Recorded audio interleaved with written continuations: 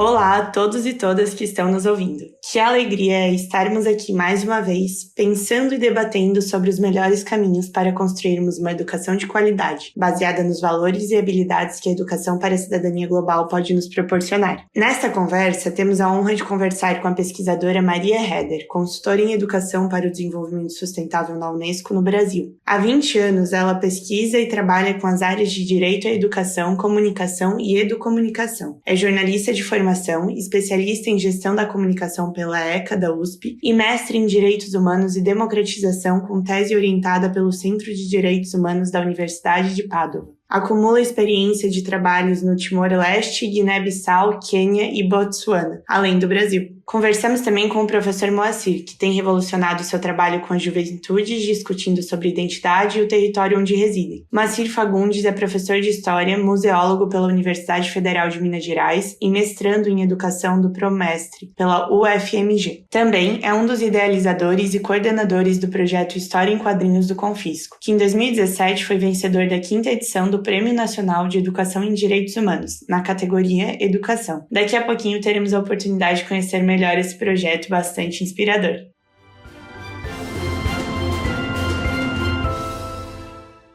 Olá, Moacir e Maria, sejam muito bem-vindos ao nosso podcast. É com muita alegria que recebemos vocês. Olá, pessoal, educadores e educadoras aí, tá? Um prazer estar aqui, é uma honra para a gente poder conversar e trocar experiência e falar um pouco sobre a docência da gente. Olá, é um prazer estar aqui com vocês, uma oportunidade em estar nesse movimento global, né, de quem acredita na transformação pela escola. Um prazer mesmo estar aqui. Pessoal, a gente vem de uma caminhada em que na unidade passada conversamos sobre o conceito de cidadania global e como construir uma educação que possibilite as juventudes a se informarem de forma crítica, ao mesmo tempo em que sejam socialmente conectadas com as pessoas do seu entorno, respeitando as diferenças de cada uma e se sentindo responsáveis e engajadas na transformação não só da sua própria comunidade, como da sociedade como um todo. Hoje, queremos conhecer melhor sobre como as juventudes podem auxiliar na construção de comunidades e escolas que valorizem o saber e as vivências de juventudes. Então, por isso, eu gostaria de ir direto para a primeira pergunta e eu gostaria de pedir para o Moacir nos apresentar a HQ Confisco e contar pra gente o que te levou a apresentar essa ideia para a escola onde trabalha, Moacir. Esse projeto da HQ do Confisco surge de uma constatação minha em sala de aula. Na verdade, foi praticamente uma demanda que os jovens lá da minha turma, me colocaram. Eu estava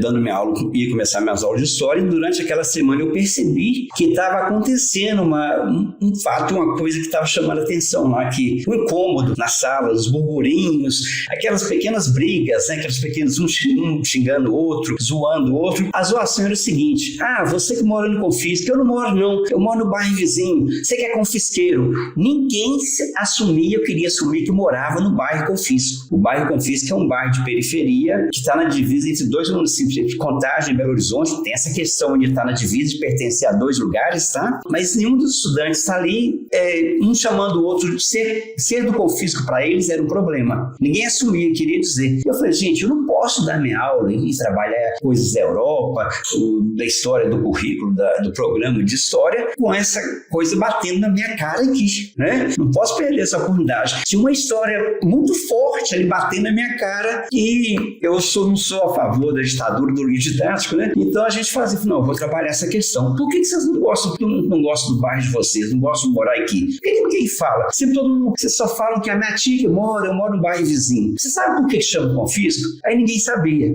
tá? Então eu vou procurar saber. Aí nós fizemos o seguinte, fomos na biblioteca da escola procurar alguma coisa sobre o bairro.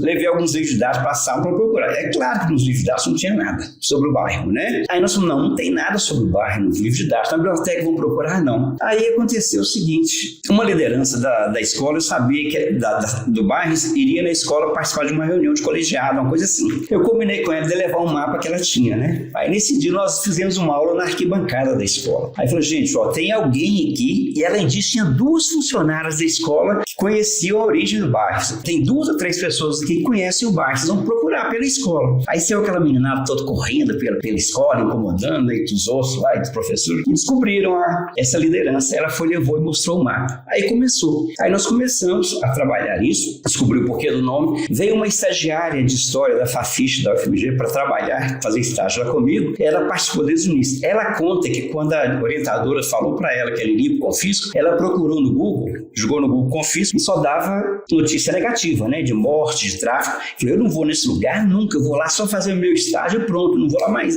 Aí ela também participou desse processo, né? E a partir daí, por causa dessa rejeição, nós começamos a trabalhar a questão desse estigma que a mídia, a grande mídia, coloca sobre o território da periferia, né? Depois disso, como nós não achávamos nada disso, bom, como é que vamos saber dessas coisas? Vamos fazer uma pesquisa de opinião na comunidade. Tinha algumas perguntas. Você acha que aqui é um bairro? Você acha que é uma favela? O que você acha do bairro? O que você já ouviu falar do bairro? E tinha uma última pergunta nessa pesquisa. Nós saímos para a rua durante alguns dias com 30, 90 meninos com prancheta na mão, entrevistando as pessoas. A última pergunta era assim: você conhece alguém que sabe, que está aqui desde o início, que sabe contar a história do bairro? Essa pergunta era a chave. Por quê? Porque a gente ia pegar referências, né? Então depois nós fizemos a tabulação dessas perguntas em sala de aula e pegamos essas pessoas, fazendo contato. De 30 pessoas que foram indicadas, nós selecionamos 10 que se dispuseram a falar com a meninada. E para nossa surpresa, que não é surpresa porque a história é assim da cidade, mulheres, só mulheres, história de mulheres, tá? Eram fundadoras de bairro. Essas mulheres foram entrevistadas pelos estudantes, sabe? E aí nós fomos, com isso, foi aparecendo a história do bairro. E depois disso, gente, receber essas mulheres lá na escola era uma maior festa, sabe? Era como se a gente estendesse o tapete vermelho para elas assim. Tinha um grupo, primeiro eu tentei fazer uma comissão de recepção das mulheres, comissão de entrevista, e isso não funcionou nada. Todo mundo queria fazer tudo ao mesmo tempo, tá? E aí elas chegavam na sala, um quadro com mensagem para elas, a mesa na sala de aula, a mesa forrada, ganhavam uma flor depois, os meninos ficaram loucos, e elas também. Teve uma dessas mulheres, ela preferiu que nós fôssemos na casa dela.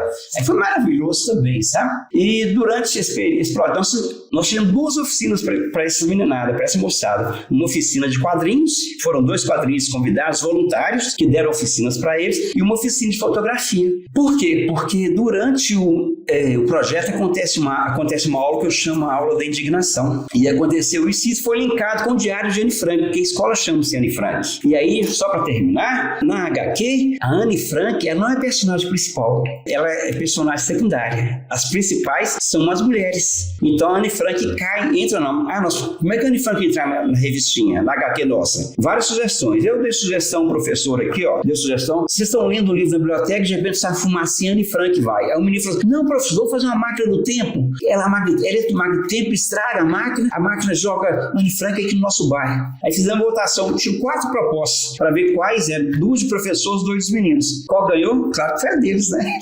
Da máquina do tempo. E aí, com isso, foi linkando com o diário, eles começaram a escrever e narrar a história do bairro, né? Então saiu essa HQ, teve lançamento, ele teve noite e tarde de autógrafos, foi muito chique, muito legal, tá?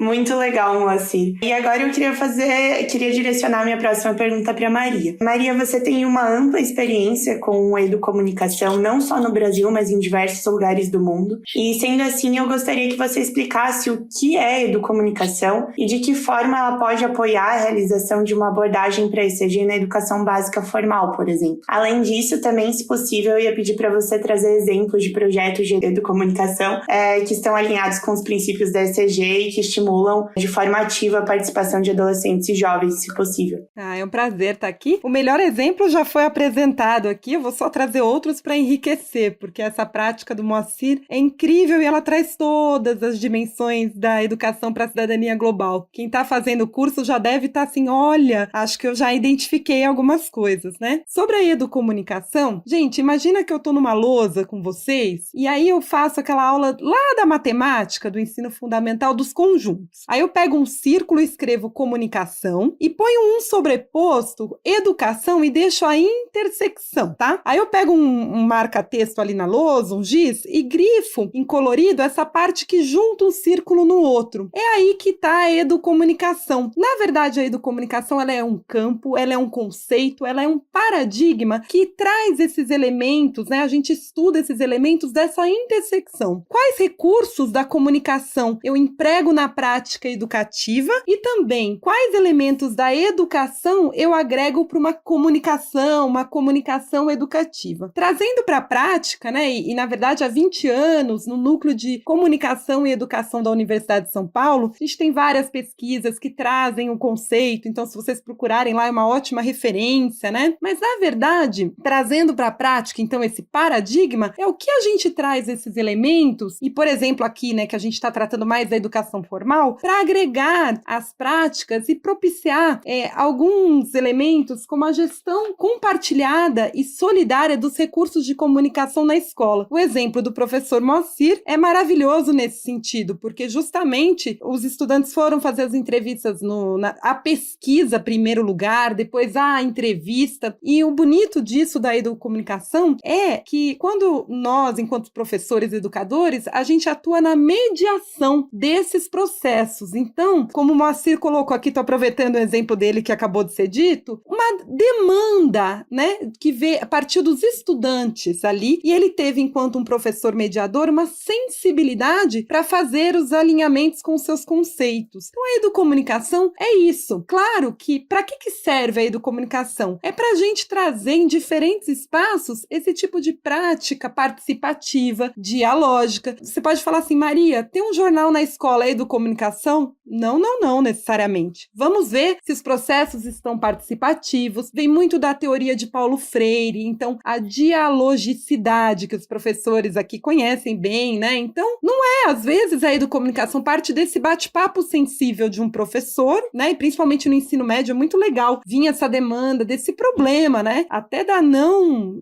reconhecimento da sua identidade de território, nossa, né? Leva a isso. Então, a educomunicação basicamente é isso. E aí a gente tem exemplos, desde que ela está em lei no Brasil, como a cidade de São Paulo, se vocês pesquisarem Imprensa Jovem, que é um projeto que já foi citado como exemplo, ou será citado aqui no curso, a gente tem uma lei na cidade de São Paulo, que traz um artigo muito claro, que é a Lei Educom, para ter esse tipo de projeto. Lá, no caso, a gente teve muito rádio escola, né, que é a grande história ali da cidade de São Paulo, para promover a alfabetização midiática dos indivíduos. A educomunicação ela amplia o coeficiente comunicativo. Às vezes o estudante, até uma comunicação não para um jornal, mas lá na entrevista de emprego dele, sabe? Para estar mais ali empoderado. Outro exemplo trazido pelo Moacir, a aula da indignação. Tudo a ver com pensar criticamente. Quando eu tenho essa análise crítica que eu estou indignado com uma situação, eu já estou avaliando criticamente. Só para complementar, Fraia, por exemplo, vocês devem estar falando, nossa, Maria, mas o que é essa alfabetização midiática informacional, que também é um conceito, né, que a gente trabalha na perspectiva da Unesco? É você, sabe, como o Moacir falou, ver a grande mídia, pô, cadê o meu bairro ali? Então eu tenho que estar alfabetizado midiaticamente para eu ver o que de bom eu extraio daquela informação, o que falta para eu buscar atrás. Quando o estudante, nas suas aulas, assim como o Moacir fez, ele tem esses elementos, a gente não reduz o índice de desinformação, sabe, gente? As coisas que o estudante recebe no WhatsApp, ele consegue ser mais crítico e ajudar a sua sociedade. Eu poderia passar muito tempo dando uma aula aqui da educomunicação, mas só para trazer na prática também. Então, educomunicação é esse conceito. Como vocês viram, a educação para a cidadania global, Fraia, se me permite até reforçar aqui novamente, ela é uma abordagem, gente, são elementos desse tipo de educação que propicia isso. Mas em cada país, em cada território, em cada escola, a riqueza é a diferença de como isso vai se materializar. Diferentes correntes pedagógicas, diferentes práticas, mas a essência é essa. Eu tenho que ter práticas que empoderem o estudante para essa atuação ativa, que eu respeite as diferentes identidades e diversidades. Então, a educomunicação vem como um dos campos que pode apoiar uma abordagem para a educação para a cidadania global. Um exemplo, né? O Moacir traz aí do ensino médio, a gente está falando aqui de ensino ensino médio, tem vários projetos. Tem um, gente, que chama Educom Geração Cidadã, que ele juntou um colégio tradicional de São Paulo, Dante Alighieri, com uma EMF de Campo Limpo, numa região periférica, né, o CEL EMF Campo Limpo, lá de São Paulo. E esse projeto trouxe pela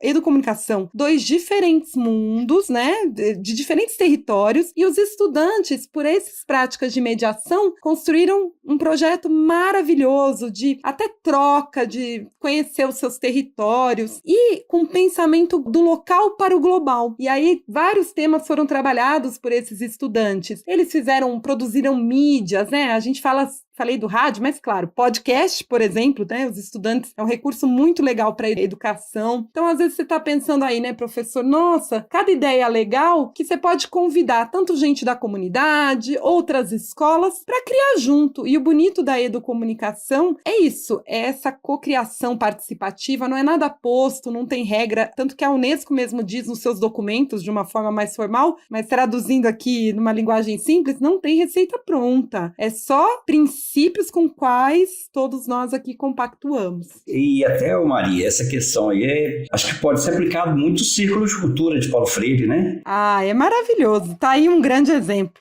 Eu acho que ajuda pra caramba, né?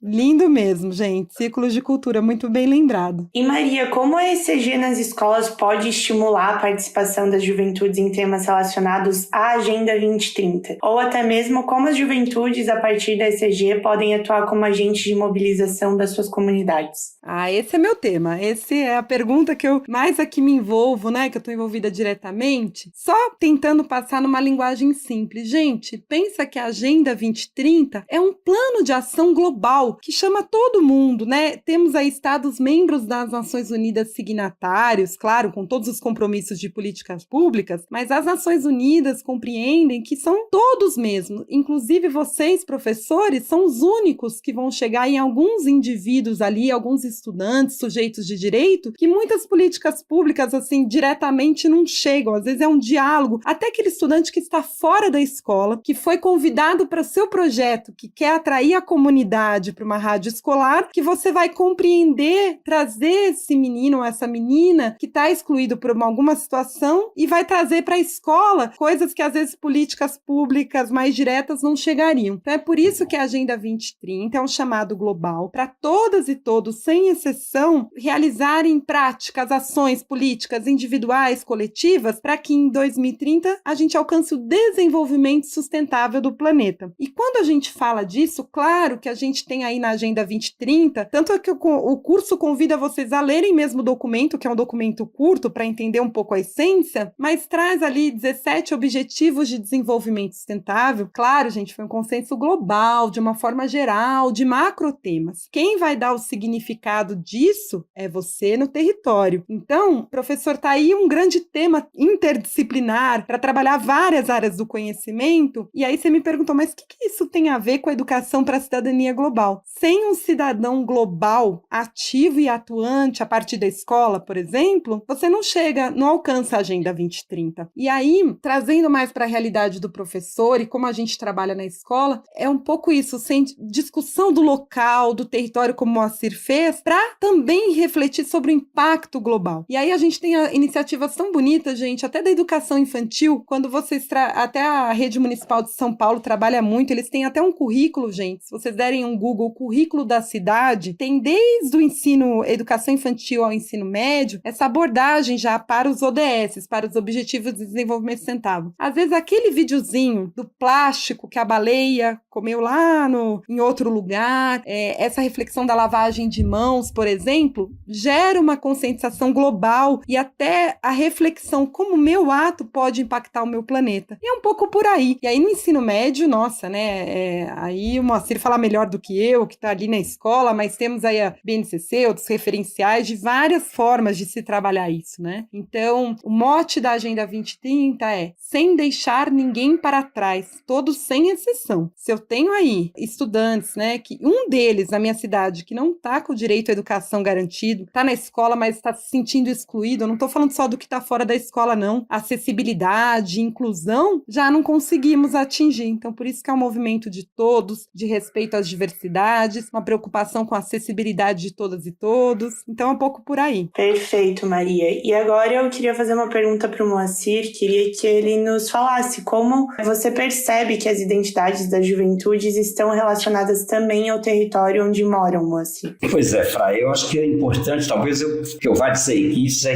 tenho cansado de trabalhar durante o curso, mas é o conceito de juventudes no plural. Eu aprendi isso com o professor Juarez Dairel, não sei se vocês conhecem, ele trabalhou com juventude há muito tempo, observatório de juventude. Então ele, na pesquisa dele, ele foi um dos primeiros a dizer, falar isso também, de que são juventudes, porque elas são várias, são diversas, e que é muito aí perceber o conceito, a categoria de juventude, não da forma tradicional, como se fosse um momento de transição ou de passagem ou de preparação para a vida adulta. Não, esse pensamento, pensar que ela é uma transição, ela é uma preparação, anula ou apaga o sentido da juventude de tudo que aconteceu antes dela. Então é entender a juventude como sendo algo significativo no presente, como tendo muito valor, como um momento da vida do jovem, da pessoa, Então, e esses olhares, que a sociedade tem sobre os jovens, eles têm que ser percebidos, a maioria tem que ser desconstruída, porque o jovem, a juventude não é uma coisa homogênea, tá? A gente não pode enquadrar numa caixinha, num quadro, todos esses jovens com os quais a gente trabalha, jovens do nosso tempo, Então, saber que um jovem que mora no confisco, a vivência dele é bastante diferente de um jovem que mora no centro da cidade, num bairro de classe econômica privilegiada. E se esse jovem mora no confisco, se ele é negro, tem outra diferença colocada aí, dependendo da vivência ou da religião dele, da escolha religiosa dele, ele tem outro olhar. Se ele for um jovem de religião de matriz africana, ele vai ser olhado de um jeito. Se ele for evangélico, ele é de outro. Se ele for católico, ele vai ser olhado de outra forma. A questão de gênero também. A gente imagina uma jovem negra, pobre, morando no confisco, lésbica, tá? Homossexual. Quantos olhares são dirigidos para essa jovem? E esses olhares não são os mesmos que são dirigidos para um menino, para um homem, para um jovem, que é de uma religião hegemônica, e que é hétero. Então, essas juventudes têm que ser consideradas. Eu acho que isso é muito importante. Então, cada menino desse tem um modo de ser jovem. Existem vários modos de ser jovem. Eles vão sendo construídos, superando as barreiras, sendo oprimidos por essas barreiras, tentando desconstruí-las, E aí vem o bombardeio da mídia. Esse bombardeio que os nossos jovens do confisco recebem, lá da escola do trabalho, vocês acham que isso nasceu com eles, que se veio com eles? Eu vou ocupá-los? Não. Eles não gostam do primeiro olhar do professor, de um outro professor poderia estar, mas eles não gostam do bairro dele. Puxa vida, Vou questionar isso aqui. Por que não gostam? Por que existe essa rejeição? Existe um bombardeio dizendo que no confisco mora traficante, mora ladrão, que lá é lugar de desova de corpos. Existe um bombardeio da mídia. Esse bombardeio cria um estigma.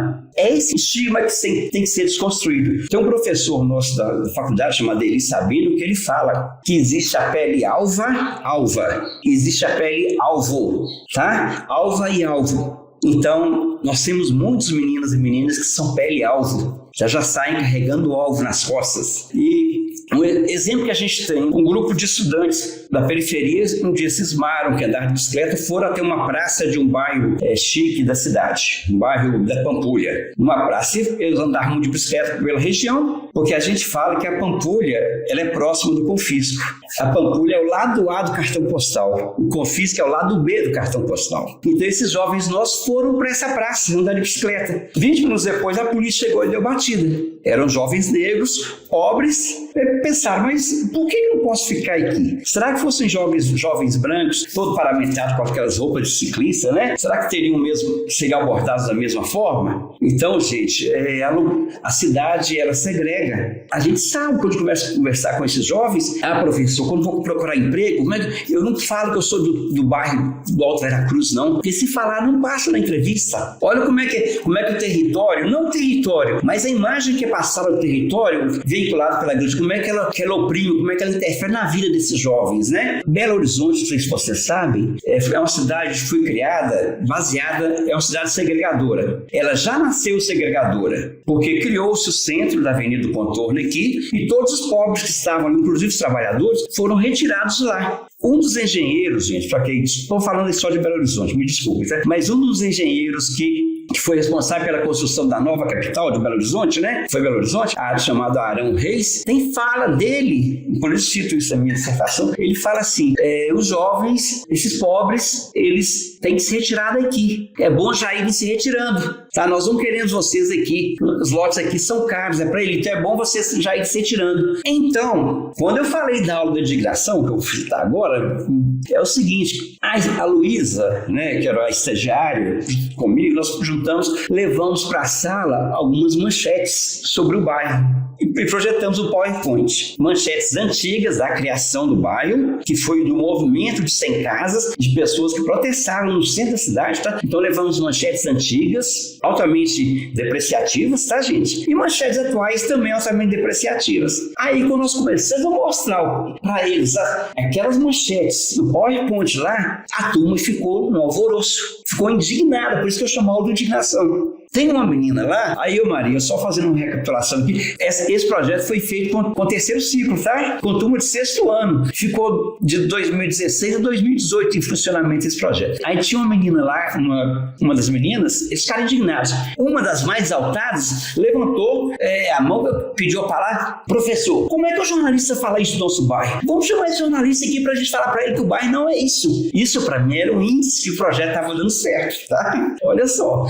Aí não dá para trazer, a gente não sai, jornalista nem trabalha mais aqui e tudo, né? Aí a Luísa, essa que está fazendo estágio, teve a brilhante ideia de falar assim, nossa, Luísa, tem que analisar isso para alguma coisa, não dá para a gente fazer um protesto lá no jornalismo, no jornal, porque não vai dar isso, muito mais difícil, né? Então vamos fazer uma exposição, aí conseguimos uma voluntária para dar uma oficina para eles de fotografia. Aí pegamos, depois dessa oficina, eles não tinham celular, usaram o meu celular, da Luísa, da diretora, algumas câmeras fotográficas e saíram fotografando o confisco. Temos uma série de quase 800 fotografias. Desses 800, nós fizemos uma seleção com eles de 50. Aí, com essas 50, nós fizemos uma exposição chamada Confisco pelo Confisco. Ou seja, eles mostrando para os outros o reverso da medalha, o confisco que a mídia não mostra, mas que é pelo olhar deles. Não foi o olhar do professor, foi o olhar deles. Essa exposição, ela foi montada na escola, na praça do bairro, em algumas escolas da regional, nas regionais, e ganhou um concurso para ser apresentado na Praça da Liberdade, que é o ponto macro, alto, hegemônico da criação da cidade, numa fachada digital de um museu.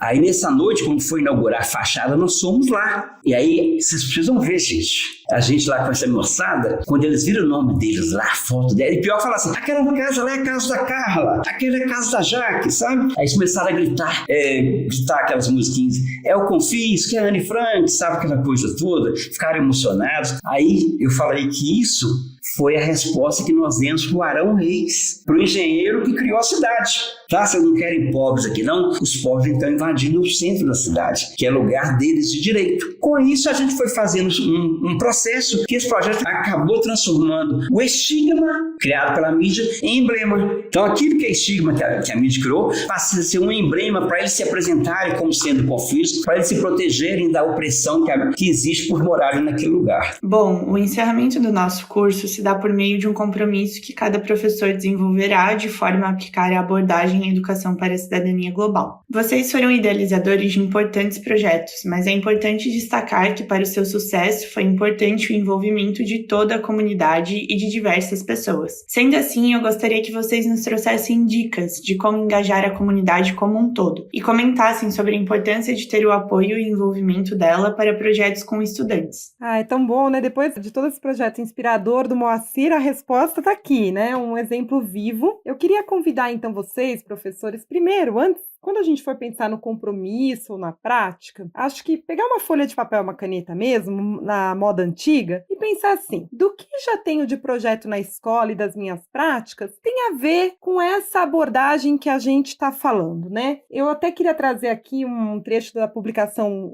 da Unesco sobre Educação para a Cidadania Global, que basicamente, gente, a ECG, né, Educação para a Cidadania Global, ela promove um caráter de curiosidade, solidariedade e responsabilidade compartilhada. Esse exemplo que o Moacir trouxe, né, de você pensar, se ele não fizesse todo esse caminho participativo da leitura crítica da mídia, né, então por isso que uma das dimensões importantes da ECG é essa, eles e elas não se sentir tão parte, assim, defender o território, fazer sentido, né, às vezes eles iam com o discurso da mídia se sentir excluídos e com vergonha de morar ali. Primeiro, então, nesse papel põe, o que de prática já tem esses elementos do que eu faço? Aí a gente vai indo para um detalhamento, tá, do que eu faço promove esse pensar crítico no estudante ou até o que eu posso fazer para ampliar isso se sente que falta alguma coisa. Aí vai refletindo sobre a sua própria prática. E aí, do que na nossa realidade aqui com os meus estudantes faz sentido eu trazer como um problema, né, ali uma base de trabalho para o meu compromisso? Porque às vezes é legal escutar os próprios estudantes, como o Moacir fez, veio uma demanda deles, para ver um pouco a direção do projeto. E aí eu vou dar um exemplo, tá, Fraia, do que você perguntou. E aí sim, tem uns exercícios super legais que o curso traz em algum momento de mapeamento, e até eu já desenvolvi em algumas comunidades populares de São Paulo, que é assim, fazer um mapeamento ativo até da comunicação, sabe, gente, da comunidade. Quem ali eu tenho perto, faço, que eu como professor, nas minhas limitações, né, não sou uma redação de jornal, eu consigo ativar, fazer isso com os estudantes. Quem aqui é a líder? Às vezes tem lá a carrocinha que passa no bairro e ele é o melhor comunicador do bairro, sabe? Quem que eu posso trazer que conhece a minha comunidade? E aí, ver com base nesse problema que tem ali mais o tema que você quer trabalhar e pensar com os estudantes o que a gente pode fazer. Por exemplo, o Moacir, né, desde a aula da indignação, o diálogo com as mulheres. Eu vou dar um outro exemplo só para enriquecer também. Em São Paulo, né, a questão do Objetivo de Desenvolvimento Sustentável número 2, Fome Zero, que traz lá muitas questões da desnutrição, esses desafios da alimentação. Olha, temas simples que são essenciais e que surgem ali, trazer uma nutricionista ali que está na UBS, ou alguém da merenda da escola, alguém que compreenda, ou da saúde da família, para fazer um bate-papo. E aí, até ver com os estudantes essa ideia de elaboração de perguntas, sabe? E sempre, gente, com a perspectiva de não estigmatizar, trazer da realidade e promover esse diálogo informativo de alguém da comunidade que provavelmente essa pessoa já tem essa sensibilidade do território. E aí pode ser desde uma série de podcasts, Fraia, que a escola pode produzir, né? Aí vem a educomunicação com as mídias, pode ser rodas de conversas informativas que até tragam os pais e familiares no dia que estará essa pessoa, sobre combate à desinformação em saúde, que vivemos agora com a pandemia da Covid, né? Ideias que os estudantes de São Paulo fizeram também. Então o pessoal da saúde vai falar o que é verdade e o que não é, mito ou fato, para uma roda de conversa. E as crianças criam mensagens de WhatsApp para os grupos da família. E aí tem uma série de elementos. Então, sim, tem que fazer esse mapeamento coletivo, ajuda muito até a ver como melhor aproximar a comunidade da escola. E é um caminho de duas vias, tanto a comunidade enquanto fonte dessa informação, como receptor da informação educativa que o estudante vai propiciar. E aí sim é um compromisso verdadeiramente genuíno com a educação para a cidadania global. Que aí, por quê? Que aí o objetivo do curso é você formar estudantes ativos, atuantes, com essa solidariedade, né? E às vezes, gente, o seu estudante com o seu compromisso, uma ação mobilizadora, ele pode sim salvar uma vida com uma informação desse tipo. Eu vou dizer algumas coisas aqui, sugestões, é claro, né? Eu acho que a gente tem um papel, e até muitas coisas talvez você já faça. A gente tem um papel de ser professor mediador ou professor desafiador, eu até gosto muito desse termo, tá? Da gente desconstruir, a gente tem que desconstruir um monte de coisa. Acho que a grande missão da gente é desconstruir. Eu acho que a gente tem que desconstruir em relação à periferia, estou falando que é um lugar onde eu trabalho, os meus alunos são de periferia, desconstruir aquela coisa que todo jovem, né, que todo educando gosta de funk, de rap e de samba. Estou falando isso não de forma, na mão não gostar disso. Só que a gente vai criando os quadrinhos, as caixinhas, as coisas homogêneas. Não, os estudantes aqui eles gostam só de funk. Não, gente, existe uma diversidade musical muito grande na favela, muito grande. E o rap e o funk são maravilhosos. Outra coisa tem que desconstruir, diz que o funk é coisa ruim. Existe um estigma muito grande colocado no funk. Não é isso isso não. Vamos estudar a origem do funk, como que eles surgem. Tem vários tipos. Tem ostentação, que muita gente fica rico aí. Se a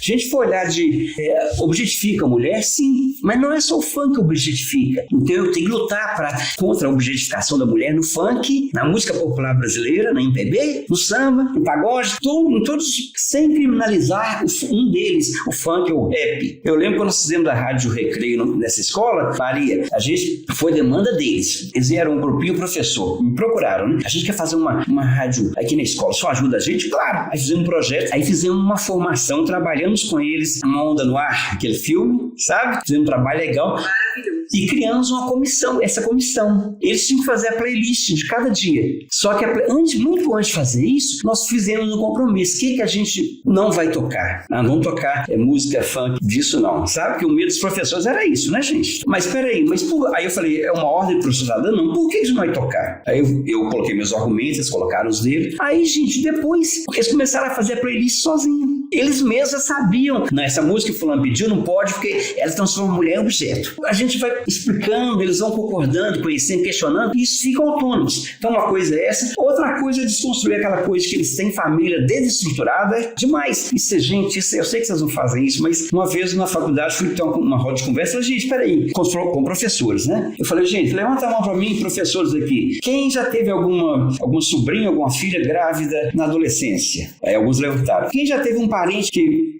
mexeu com o tráfico? Algum levantou. Gente, tá vendo? Então, nossas famílias também são desestruturadas, sabe? Então eu consegui construir isso aí. Outra coisa agora, gente, é que eu acho que a gente deve ter, eu sugiro, eu sei que vocês conhecem, é a leitura da Pedagogia da Autonomia. Ali é um manual de como você tem que, sabe? Assim, uma das coisas que fala, é maravilhoso ler esse livro, tá? Eu acho que essa Pedagogia da Autonomia é uma das coisas que a gente, e eu também acho, ela fala por si só, basta ler. Outra coisa, eu acho que já está acabando, eu estou otimista, Maria, eu acho que não existe mais aquele professor chegava na escola, dava sua aula e ia embora, sabe? E pegava o seu carro e ia embora. Eu acreditando que não está existindo mais isso. A gente tem que viver o território da nossa escola, gente. Não é chegar lá e dar minha aula, não. É chegar lá e viver e conhecer meus alunos. A minha escola já fez rolê dos professores pelo bairro, tá? No sábado nós fomos conhecer os bairros, a gente entra nos becos, tá? Nos labirintos. A gente vai ver aquele menino que faz bagunça lá, ele mora num cômodo lá, que não tem iluminação, que é úmido, que não tem mesa, não tem espaço para ele fazer o para casa lá, o dever de casa. A gente tem que conhecer nossos meninos, o território deles, como eles vivem. Isso é imprescindível. Outra coisa que a Maria falou também, tem a ver, nós colamos aí, Maria, é fazer um mapa afetivo. Eles fazerem. Eu fiz uma jogada no ano passado, numa escola, eu pedi os professores para fazerem um mapa afetivo deles do bairro e os alunos fazerem. Os professores eram assim, é um posto de gasolina, onde ela abastece o carro, uma borracharia onde conserta o negócio, o pneu do carro, um supermercado onde vai comprar uma fruta. Os meninos é muito mais rico. E aí você inverte a relação, são os meninos, os alunos nossos que vão apresentar para o grupo de professores o bairro deles. Professor, tinha uma coisa aqui, ali é uma boca do tráfico ali, naquele canto ali, sabe? O professor ali, tem uma dona ali que é rezadeira, que benze, que usa ervas, tá? Então, eles sabem, gente. Isso é muito legal fazer isso. Outra coisa, quando for fazer projeto, sugestão, gente, nada de receita. Quando fazer projeto, eu tenho duas coisas para mim. Ou é para todos, os estudantes, ou então é para quem quer, por adesão. Nunca escolham os alunos, por favor, tá? Nunca escolham. No Rádio Recreio, essa turma que me procurou era a turma dos bagunceiros da escola, tá? Na Rádio Recreio. Então, assim, nunca escolham. Porque se tem uma prática de escola escolher os alunos supostamente melhores, né? Gente, quem mais precisa da gente são aqueles que estão ali fora do lugar, sabe? Que são, às vezes, estigmatizados pela própria escola, tá? Para terminar, só mais duas ou três coisinhas. Quando no projeto, num dia de uma entrevista com uma moradora, uma menina falou assim: "Nó, dona Fátima, a senhora tá falando isso aí? Nó, eu não sabia a história do bairro com tanta luta assim que vocês construíram, e tem gente que ainda fica falando mal. Igual eu falava antes, né?" Eu chamei assim, eu fiz um ponto disso, chamei mordendo a língua. Ela mordeu a língua. Era a menina que mais tinha vergonha de falar que era do bairro. Gente, Isso é um indício que a gente está fazendo um projeto. O projeto, ele muda de rota. Você planeja uma coisa, sai outra. Mas esses indícios mostram pra gente, igual a da indignação, de que você está indo no caminho certo. Penúltima coisa, quando nós saímos a ida pelo barco entrevistar, eu fiz um crachazinho para eles, um quarto de folha de ofício pequenininho assim. No crachá eu coloquei pesquisador, historiador. Eu coloquei até com um arroba, por questão de gênero, né? Na época que estava em voga era arroba. Gente, eles sentiram o máximo. Eu sou pesquisador. Claro que eles não são historiadores, né? Mas eu acho que lá na frente eles vão saber o direito o que é historiador. Eles vão ser pesquisadores, e se foram pesquisadores ali. Então eles sentiram o máximo com isso. Eles sentiram o sujeito construindo o próprio conhecimento. E para terminar, falei com vocês que a gente não achava nada no livro sobre o nosso bairro, né? Só achamos um jornal que falava tudo. Aí uma menina criou um conceito lá, a Rayane, falando assim, chama pessoa livro. O que é pessoa livre? Ah, porque a gente, olha a resposta dela, ela falou, professor, então elas são pessoa livre, né? O que é isso, Rayane? Ah, porque a gente procurou coisas do nosso bairro no livro, nós não achamos, então nós consultamos as pessoas, essas que são nosso livro. Então, esse conceito surgiu no processo. Eu amo esse conceito, sabe? Eu sempre falo dele. Então, elas foram pessoas livres. Nós demos certificado para elas de pessoa livre do bairro, das mulheres livres, né? Essas fundadoras, sabe? Então, é isso, gente. E a última coisa, quando eu fazendo esse projeto, aí pode falar, professor, mas isso é aula de história. E se eu falar da Idade Média, feudalismo, cara, tem que ter prova disso, como é que você vai fazer? Gente, eu fiz uma coisa chamada inversão pedagógica. Ao invés de partir do livro para falar do feudalismo lá, eu parti da realidade. O meu sonho é que essas meninas e meninos encontrem a história na esquina da casa deles. Aí, depois que eles conheceram o bairro, aí eu fui estudar com os feudalistas. Peraí, gente, qual classe aqui que é dos nobres? Quem que são os nobres? Ah, fulano tal, que é o rico, né, professor? Qual classe aqui que é o clero? Ah, tem o padre, tem o pastor. Ah, a burguesia. Tem a dona Cida, que tem o supermercado aqui. Então, ela é burguesa, né, professor? Que ela é comerciante. Teve uma menina que fez até um rap falando sobre isso. Mas foi feita uma inversão pedagógica. Eu sei que uma coisa que amedronta e atormenta muita gente é o tal do conteúdo, né? Então, vamos fazer essa inversão, que dá muito legal. E eles aprendem sem dor nenhuma e ficam muito mais presentes. Então, se eu pude contribuir, eu sei, assim,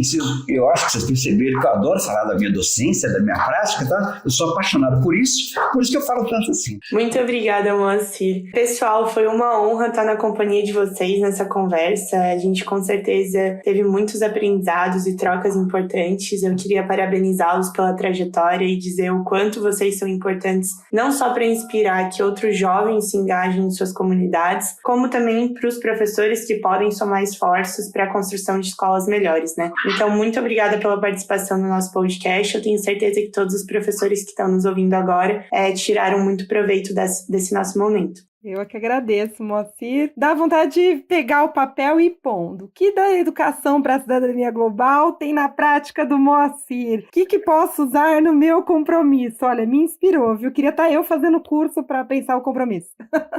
Eu agradeço muito a oportunidade, é sempre um prazer para me falar, porque é escola pública, né, gente? E a gente tem que parar, tem que mostrar para esse pessoal que tem muita coisa boa na escola pública, tem muita gente que trabalha sério, né? Então, aquela coisa de almejar ser igual à escola particular, não precisa. Talvez eles tenham que aprender com a gente